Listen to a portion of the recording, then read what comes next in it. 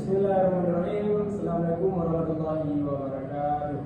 Waalaikumsalam warahmatullahi wabarakatuh. Selamat siang anak-anak. Siang, Pak. Gimana, sehat hari ini? Baik. Jadi pada hari ini kita akan masuk materi tentang sifat dan jenis bahan konduktor. Sebelum kita masuk ke tahap selanjutnya, ada yang tahu nggak apa ini sifat dan bahan jenis bahan konduktor? Saya Pak. Siap, Alan. Coba apa itu? Konduktor itu adalah alat yang menghantarkan panas dan menghantarkan listrik atau material yang dapat menghantarkannya. Mana Pak? Mantap. Siapa namamu, Alan? Mesin, Pak. Oke. Ya, benar kata Vincent. Konduktor adalah benda dan bahan material yang dapat menghantarkan listrik atau panas dengan baik. Berarti bahan konduktor ini material yang bisa mengalirkan arus listrik. Nah, terus selanjutnya kita masuk di sifat-sifat bahan konduktor.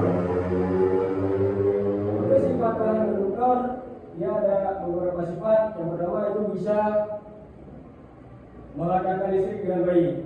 Berarti tidak membuangkan energi listrik. Walaupun ada, cuman nggak banyak, sedikit mungkin bisa jadi. Dan yang kedua, ada konduktor memiliki elektron bebas yang memberikan arus listrik mengalir dengan mudah. Yang ketiga, ada menghantarkan panas dengan baik. Jadi walaupun panas dia masih konsisten. Itu sifat yang ketiga bahan konduktor. Untuk yang keempat, selain listrik, konduktor juga bisa menghantarkan panas. Itu sebabnya logam sering dipakai untuk peralatan memasak. Yang kelima itu ada memiliki elektron valensi bebas.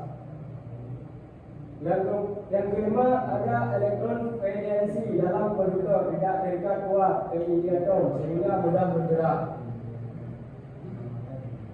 Untuk selanjutnya sifat bahan konduktor yaitu ada beberapa seperti tembaga dan lemas tahap terhadap konsistensi atau karat meskipun tidak semua. Yang kelima itu yang ketujuh itu ada titik eleh dan titik didih tinggi. Dan yang keenam itu ada sebagian besar logam konduktor memiliki titik eleh yang tinggi sehingga tidak mudah meleleh dan menghantarkan arus. Nah, untuk yang selanjutnya itu sifat bahan konduktor itu memiliki mengkilat dan keras. Dan selanjutnya banyak konduktor seperti logam memiliki permukaan kilat dan tekstur yang keras. Nah, untuk yang selanjutnya itu ada bahan konduktor seperti tembaga atau aluminium kuat dan tidak mudah rusak saat dipasang dalam sistem kelistrikan. Nah, untuk itu semua yang tadi itu adalah bahan dan sifat bahan konduktor. Baik, untuk selanjutnya kita masuk ke jenis-jenis bahan konduktor. Nah, untuk yang belakang ini udah paham semua nih, kan? Sudah Pak. Baik. Mungkin nanti perlu dicatat sedikit biar tidak lupa. Nah. Nah, untuk jenis-jenis bahan konduktor itu yang pertama ada konduktor listrik. Ini dipakai di peralatan listrik, kan? Yang pertama itu ada tembaga. Tembaga itu sering dipakai di kabel-kabel listrik. Nah, dan yang kedua itu ada aluminium. Dia itu aluminium lebih ringan dan mudah dari tembaga, tapi daya hantarnya sedikit lebih rendah. Tapi dia mengaliri elektronnya terlalu sih, lebih terlambat, nggak kayak tembaga. Nah, untuk selanjutnya ada perak. Perak ini konduktor listrik terbaik tapi mahal, jadi jarang dipakai. Nah, dan emas pun sama nih. Dua perak dan emas ini jarang dipakai karena lebih mahal dia. Berarti yang sering dipakai ini tembaga ini. Ini untuk konduktor listrik ya.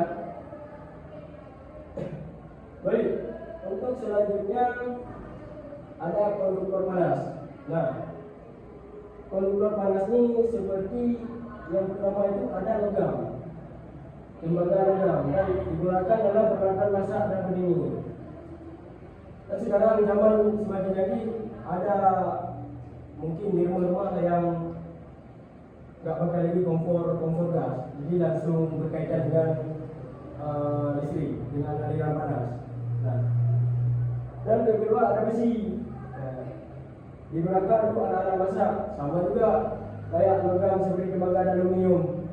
Nah, untuk selanjutnya ada grafik, meski bukan logam dan grafik menghantarkan panas, bukan juga listrik. Nah, untuk konduktor panas ini ada 3 berarti, ada logam, ada besi, dan ada grafik. Itu mohon dicatat ya. Nah, untuk selanjutnya ada konduktor mekanik. Nah, gimana digunakan konduktor mekanik ini? Yang pertama itu ada baja. Baja ini dipakai di kabel besar seperti kawat listrik, tembaga tegangan tinggi untuk menambah kekuatan. Nah, dia itu tembaga itu dipakai di tegangan tinggi. Kenapa dipakai di tegangan tinggi? Dia baja ini kuat, jadi nggak bisa meleleh ya.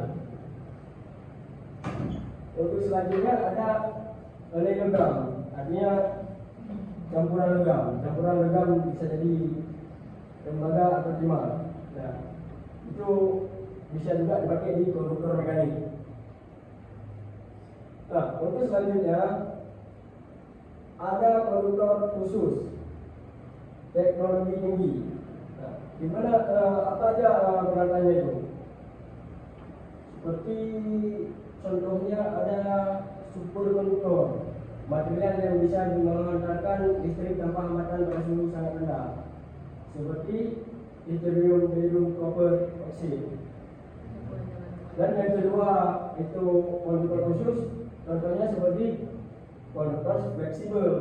Jadi apa itu konduktor fleksibel? Seperti lapisan tipis tembaga di papan sirkuit fleksibel.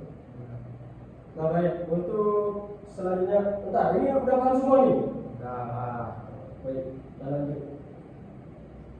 Contoh penggunaan konduktor. Nah, ini contoh penggunaan konduktor. Ada yang pertama itu kabel listrik. Bahannya tembaga atau aluminium, fungsi untuk menghantarkan arus listrik dari sumber ke perangkat, seperti TV, kulkas, lampu. Itu udah pada umumnya. Contohnya kabel di rumah atau kabel listrik, itu kabel listrik yang untuk menghantarkan elektron. Nah, yang kedua itu ada alat masak. Jadi bahan dari alat masak ini ada aluminium, tembaga atau besi. Fungsinya untuk menghantarkan panas secara merata ke makanan. Contohnya panci, wajan, itu atau oven. Ini peralatan canggih semua ya. Tidak pakai langsung dari gas ya. Baik, untuk selanjutnya ada komponen elektronik. Nah, untuk komponen elektronik ini bahannya seperti emas, tembaga atau perak. Fungsinya untuk menggunakan sirkuit mikro dalam perangkat elektronik. Contohnya chip prosesor, konektor HP, motherboard komputer. Nah, ini contoh untuk komponen elektronik. Nah, dan yang keempat itu ada instalasi industri dan gedung. Nah, bahannya kabel tembaga besar atau kabel aluminium. Jadi untuk pakai instalasi industri ini pakai tembaga besar atau kabel aluminium. Fungsinya untuk menghantarkan listrik ke seluruh bagian gedung atau mesin listrik. Contohnya seperti panel listrik gedung, mesin pabrik, sistem pendingin. Ini arus tinggi semua ya, yang memerlukan ini. Nah, untuk selanjutnya ada kendaraan bermotor dan mobil listrik. Bahannya itu tembaga atau aluminium. Fungsinya untuk sistem kelistrikan kendaraan dan motor listrik, seperti mobil listrik ya. Contohnya kabel aki, motor dinamo, sistem lampu. Nanti kabel seperti ini ya, contohnya. Nah, untuk yang keenam itu ada sistem petir dan grounding atau grounding ya. Bahannya tembaga aluminium. Fungsinya untuk mengalirkan arus petir ke tanah agar tidak merusak bangunan.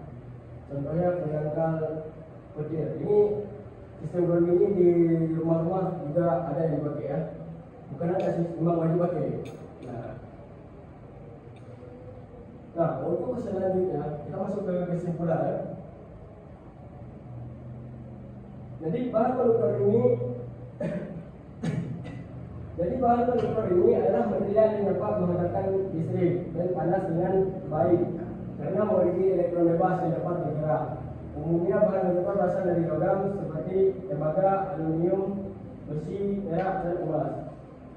Berdasarkan fungsinya, konduktor dibagi menjadi beberapa jenis, yaitu konduktor besi, konduktor panas, konduktor mekanis, dan konduktor khusus yang digunakan dalam teknologi tinggi seperti superkonduktor.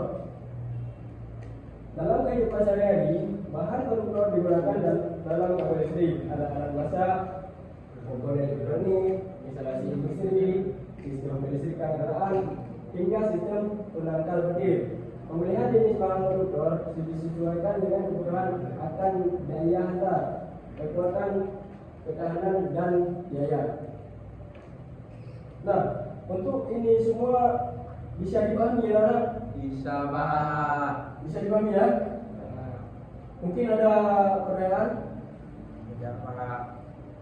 Ada? Ada. Oke, untuk materi sekian cukup di sini saja. Bapak tutup kelasnya. Wabillahi taufiq wal hidayah. Assalamualaikum warahmatullahi wabarakatuh. Waalaikumsalam.